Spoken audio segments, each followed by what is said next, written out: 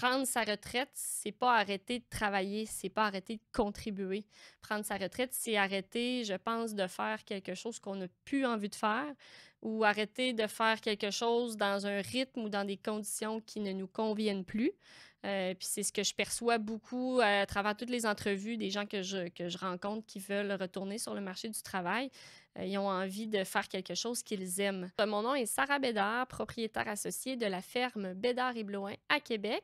Donc, c'est une entreprise familiale. Je représente la troisième génération. Nous sommes producteurs en serre de végétaux ornementaux et pour le potager également. Et nous avons des terres agricoles en pleine ville que nous exploitons pour faire de l'autocueillette de petits fruits, de courges et de citrouilles. Qui dit ferme dit travaux manuels, un peu plus physiques. C'est sûr que c'est toujours une question qu'on pose aux gens. Par contre, on est bien conscient que c'est pas à eux qu'on va demander de monter dans un arbre ou de soulever des poids extrêmement lourds. On est bien conscient de ça. Puis c'est vraiment aménagé en fonction des capacités des personnes. On est très ouvert, on est très compréhensif aussi. Donc, c'est sûr qu'on s'adapte vraiment aux limites que les gens nous donnent. On a la chance d'avoir l'expérience avec des personnes retraitées.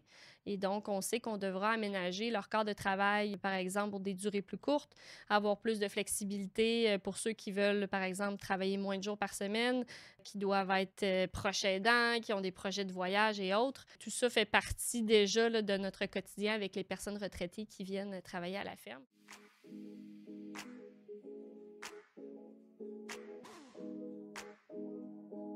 On a des gens, des mordus de jardinage, d'horticulture, là, vraiment les passionnés.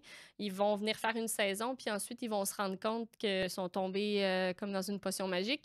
Ils vont poursuivre en faisant le DEP en horticulture qui est offert à Fierbourg, à Charlebourg. Un autre exemple un peu loufoque, l'an dernier, on reçoit des écoles et des garderies pour la période des courges et des citrouilles. On s'est trouvé à employer là, une retraitée qui avait envie de relever le défi. On envoie un message à tous. Est-ce qu'il y en a parmi vous qui ont déjà fait du théâtre, qui aimeraient animer des groupes d'écoles et de garderies en faisant la sorcière?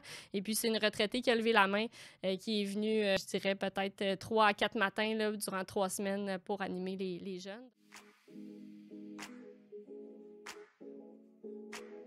Je dirais qu'il faut vraiment pas s'empêcher de retourner sur le marché du travail pour peut-être certaines craintes. Dans notre cas, nous, on est habitués d'en avoir des personnes retraitées, donc au fil du temps, on a été capable de s'adapter à eux puis de comprendre leur réalité. C'est une occasion, en fait, là, de sortir de sa zone de confort pour mettre vraiment à profit tout le bagage qu'on a accumulé dans sa vie. Et pour ça, je pense que bien que certains reviennent un peu fatigués de leur fin de journée, je pense qu'ils se sentent fiers puis ils se sentent accomplis lorsqu'ils ont terminé leur journée. On n'a que des expériences positives. Je pense qu'on a un taux de rétention de personnes employées d'à peu près 98 Quand il y a des petits problèmes, ça va être des trucs de santé, des petits bobos de santé qui vont survenir. Mais autrement, les gens sont vraiment toujours très heureux là, de leur expérience.